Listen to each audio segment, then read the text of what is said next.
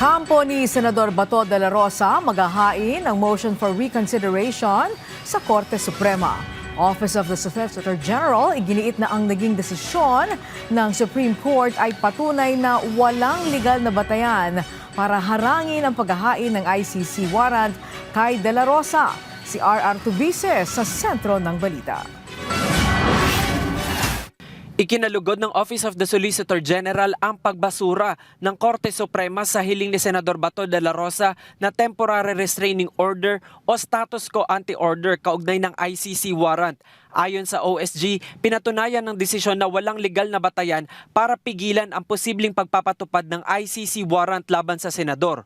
Sa botong 951, tinanggihan ng Supreme Court en banc ang hiling ni de la Rosa para sa interim relief. Ibig sabihin, walang kautusan para pansamantalang pigilan ang gobyerno sa posibleng pagpapatupad ng ICC-related arrest laban kay de la Rosa. Pero nilinaw ng korte na ang inilabas na desisyon ay tungkol lamang sa hiling na pansamantalang proteksyon at hindi pa sa main issues ng kaso.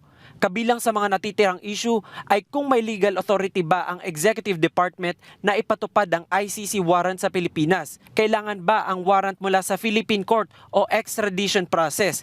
Dapat bang ilabas ang mga ICC, Interpol at iba pang government documents? At kung may epekto ang pag-withdraw ng Pilipinas sa Rome Statute noong 2019? Git ng OSG, nabigo si de la Rosa na patunayan na may malinaw at agarang karapatan na dapat protektahan o may irreparable injury na kailangang pigilan ng korte. Samantala, iginiit naman ng kampo ni de la Rosa na hindi pa tapos ang kaso. Ayon sa kanyang abogado na si Attorney Israelito Torion, ito ay provisional relief at hindi pa siya sa merito ng petisyon. Nilinaw din ng kampo na hindi pa nasasagot kung maaaring arestuhin, i-detain o ilipat ang isang Pilipino nang walang naunang proseso sa Korte ng Pilipinas. Dagdag pa ng kampo ni de la Rosa, maghahain sila ng motion for reconsideration dahil buhay po umuna ang kaso at magpapatuloy ang kanilang paghabol ng remedyo sa ilalim ng batas. Hinihintay pa ng dalawang kampo ang buong ruling ng SC na ilalabas sa Lunes, May 25.